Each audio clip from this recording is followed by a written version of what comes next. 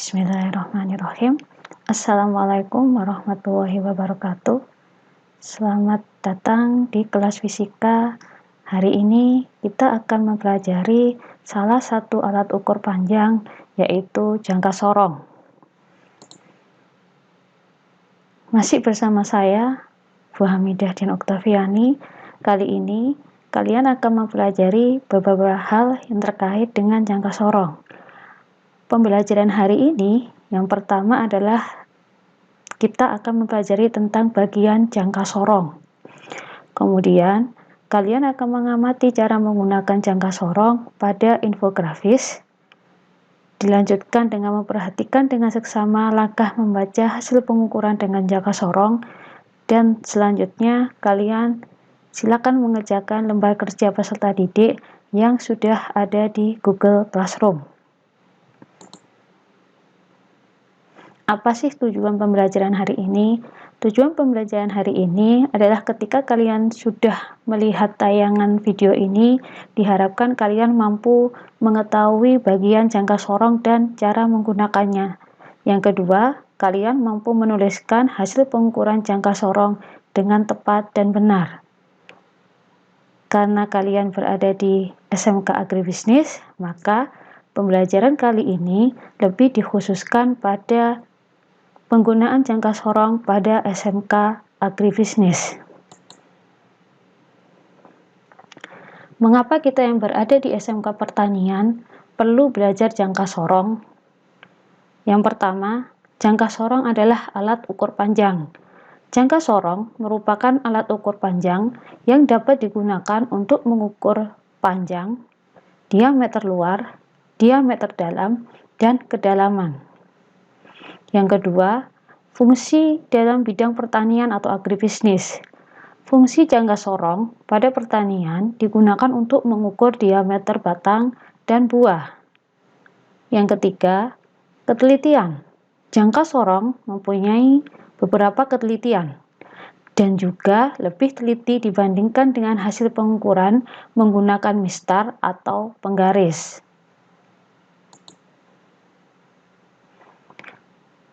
Lebih khusus kegunaan jangka sorong dalam bidang pertanian, dari foto yang ada di samping kanan adalah contoh dari penggunaan jangka sorong dalam bidang pertanian. Yang pertama, jangka sorong digunakan untuk mengukur batang dan buah ketika masa pertumbuhan atau mengklasifikasikan buah saat pasca panen. Nah, ini biasanya digunakan atau diterapkan pada jurusan agribisnis produksi tanaman, di mana siswa membutuhkan informasi tentang pertumbuhan dari tanaman tersebut. Yang kedua, jangka sorong digunakan untuk pengujian mutu bahan secara fisik.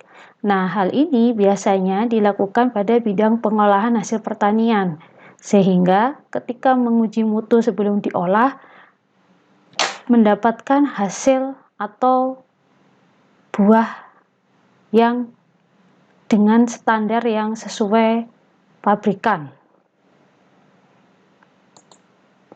Berikutnya, kita belajar dulu tentang bagian-bagian jangka sorong. Kalian bisa memperhatikan bagian-bagian jangka sorong yang ada di samping. Jangka sorong terdiri dari rahang dalam dan rahang luar. Rahang dalam terdiri dari rahang tetap atas dan rahang geser atas. Sedangkan rahang luar terdiri dari rahang tetap bawah dan rahang geser bawah. Benda yang akan kita ukur diletakkan di antara rahang tetap bawah dan rahang geser bawah. Untuk mengatur jangka sorong sesuai dengan diameter dari benda atau sesuai dengan benda yang akan diukur, maka nanti yang digerakkan adalah rahang geser atas dan rahang geser bawah. Karena untuk rahang tetap ini nanti tidak akan berubah sama sekali. Kemudian berikutnya di sini ada baut pengunci. Baut pengunci fungsinya adalah untuk mengunci ketika benda yang diukur sudah tepat dalam posisinya, sehingga hasil pengukurannya tidak berubah. Kemudian, jangka sorong juga mempunyai dua skala. Yang pertama adalah skala utama, dan yang kedua adalah skala nonius. Skala utama ini terdiri dari satuan cm, dan yang atas menggunakan satuan inci. Sedangkan skala nonius itu menggunakan satuan mm. Jangka sorong juga mempunyai bagian tangkai ukur kedalaman. Ini digunakan untuk mengukur kedalaman suatu benda. Nah, itu adalah bagian-bagian dari jangka sorong. Berikutnya, kita akan membahas tentang cara menggunakan jangka sorong. Nah, alat ukur jangka sorong mempunyai ketelitian 0,1 mm atau 0,01 cm. Itu yang biasa dulu sering ditemukan. Nah, seiring berjalannya waktu, maka jangka sorong semakin lebih teliti lagi. Jadi ada yang menggunakan ketelitian 0,05 mm dan ada yang menggunakan ketelitian 0,02 mm. Ketelitian dari jangka sorong bergantung pada jumlah skala noniusnya. Hasil pengukuran jangka sorong biasanya dinyatakan dalam satuan cm atau milimeter.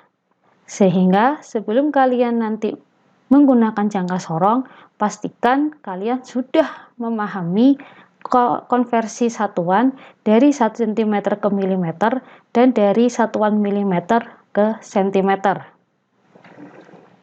Bagaimana cara menggunakan jangka sorong? Jangka sorong pertama digunakan dengan cara 1, tutup rapat rahang tetap dan rahang geser. Kemudian pastikan agar kedudukan skala berada di titik 0.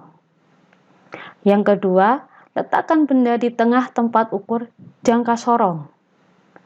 Nah, jangka sorong bendanya nanti diletakkan di sini. Kemudian yang ketiga, jepit benda dengan menggeser rahang geser dan kemudian kunci dengan memutar bagian tombol kunci. Setelah posisinya sudah tetap, maka kalian bisa membaca posisi skala utamanya yang tepat dilewati oleh titik 0 skala nonius. Selanjutnya, kalian membaca garis nonius atau skala nonius yang berhimpit tegak dengan satu tanda garis skala utama. Seperti yang ada yang saya contohkan di bawah. Di sini skala utamanya menunjukkan 1,1 cm atau bisa dituliskan 1 cm ditambah 1 mm. Sehingga ketika dinyatakan dalam satuan milimeter, hasilnya adalah 11 mm. Kembali lagi ke konversi yang ada di sebelah kiri. Kemudian skala noniusnya. Skala nonius adalah yang berhimpit tegak dengan salah satu skala utama.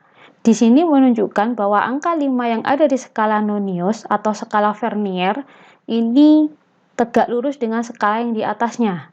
Sehingga 5 dikali 0,05 sama dengan 0,25 mm.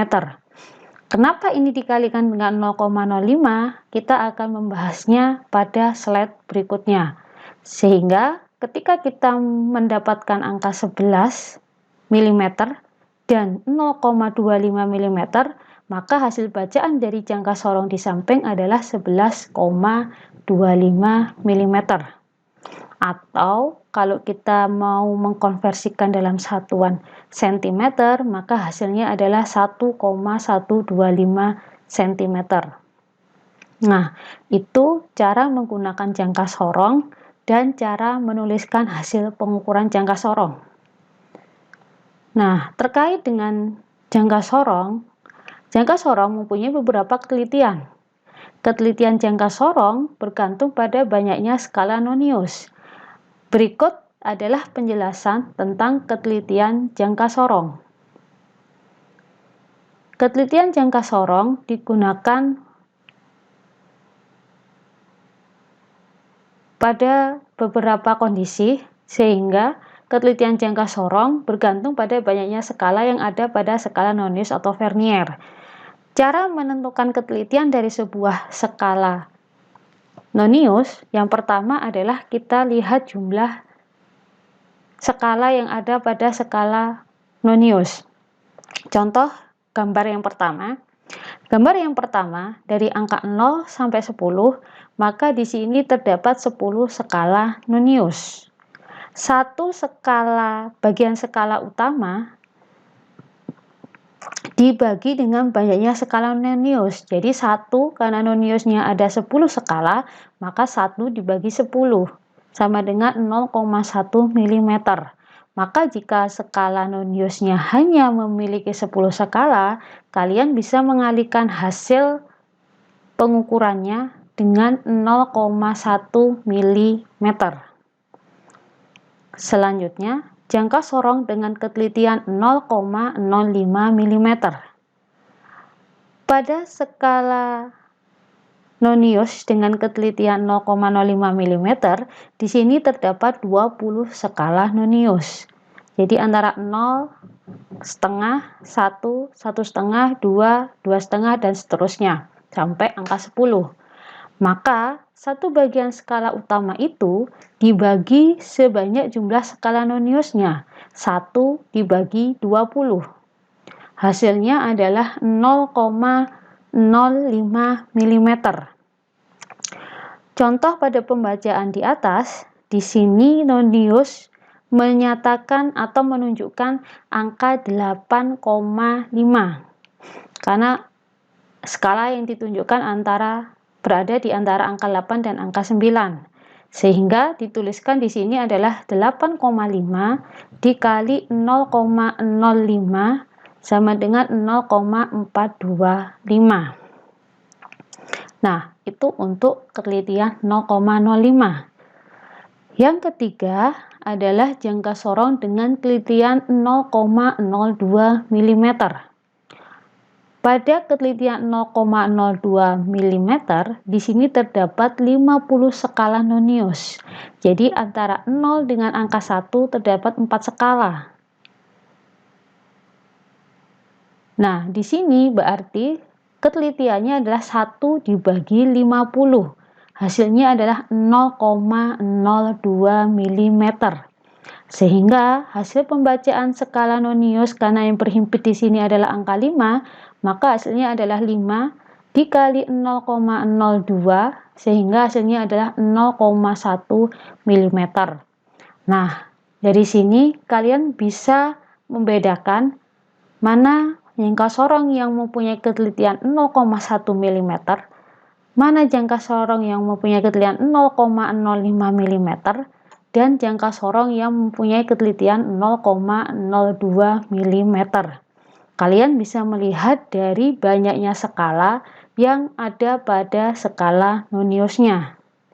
Nah, dari sini kalian bisa menggunakan jangka sorong dengan berbagai ketelitian. Hati-hati, tidak semua jangka sorong yang kalian pegang mempunyai ketelitian yang sama. Jadi pastikan dulu jangka sorong yang kalian gunakan memiliki ketelitian berapa, sehingga kalian tidak salah dalam menuliskan hasil pengukurannya. Baik, selanjutnya saya akan memberikan contoh lagi terkait dengan pembacaan skala utama dan skala Nonius. Skala utama adalah angka yang dilewati angka 0 skala Nonius. Jadi angka 0 ini berada pada batas di sini. Sehingga angka yang ditunjukkan atau yang terbaca adalah 3 cm ditambah dengan 4 mm atau 3,4 cm. 3 cm ditambah 4 mm sama dengan 34 mm. Berikutnya adalah skala Noniusnya. Skala Nonius adalah skala yang berhimpit atau tegak lurus dengan satu skala utama. Sehingga di sini karena angka 6 dan angka 6 ini benar-benar lurus dengan skala yang ada di atasnya, maka skala nonius yang tertulis di sini adalah angka 6. Bagaimana dengan ketelitiannya? Di sini ada 20 skala nonius, sehingga ketelitian dari jangka sorong ini adalah 0,05 mm. Tinggal kita kalikan 6 kali 0,05 mm. Hasilnya adalah 0,3 mm. Sehingga ketika kita tambahkan hasil pembacaan dari jangka sorong yang ada di contoh ini adalah 34,3 mm. Atau kalau kalian ingin mengubah dalam satuan cm, maka sama dengan 3,43 cm. Nah, itu adalah contoh yang bisa saya berikan pada pembacaan jangka sorong. Bagaimana pembelajaran hari ini? Apakah kalian sudah memahami? Terima kasih sudah bergabung di kelas fisika. Selanjutnya, kalian bisa melanjutkan di Google Classroom dan silakan mengerjakan lembar kerja yang sudah saya berikan. Terima kasih, sampai jumpa. Wassalamualaikum warahmatullahi wabarakatuh.